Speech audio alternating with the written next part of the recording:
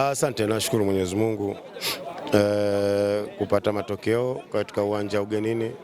Tunacheza na timu ambayo iko championship, vijana ambao kuwa wanapambana katika hali yao kuweza kuweka salama timu yao. Kwa hiyo mechi haiko rahisi, tulikuwa tunajua tunacheza na timu ya aina gani, lakini tulipambana na hilo ili kuweza kuwalazimisha kufanya makosa. Bila hivyo huwezi kupata matokeo katika viwanja vya ugenini.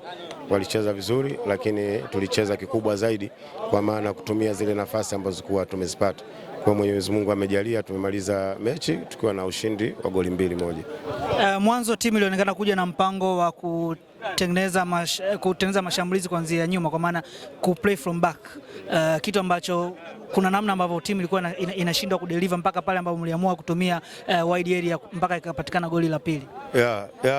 Inatokana na mechi ilivyo, the way wapinzani utakavyowaona na wewe ndio utakavyowapa mpango.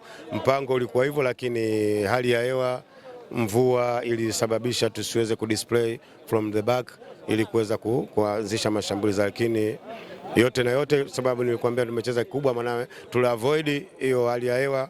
Weather haikuwa nzuri, haikuwa rafiki kucheza kwenye nusu yetu muda wote katika hali kama hii. Kwa hiyo tukaamua mipira tuipeleke haraka wide ambapo kwa tunaweza tukataka cross na kuweza kutumia hizo nafasi. Kwa hiyo tulitumia hiyo tukiamini watu wetu wanaweza kukimbia na kuweza kupiga cross. Kwa hiyo tunaweza kusema kwamba timu imepata matokeo nje ya mpango ambao mlikuwa mmejiandaa nao kwenye uwanja wa mazoezi. Huwezi kuja na mpango mmoja katika mechi. Lazima uje na mipango miwili. Always mipango lazima iwe miwili. Mmoja ukifeli unaingiza mwingine, kwa sababu tulishawaona na tulijua kitakachotokea, basi tutumie mpango wa pili. Kwa hiyo mpango huu ni wa pili ambao kwa ulikuwepo, wa kwanza ule kama walivyosema.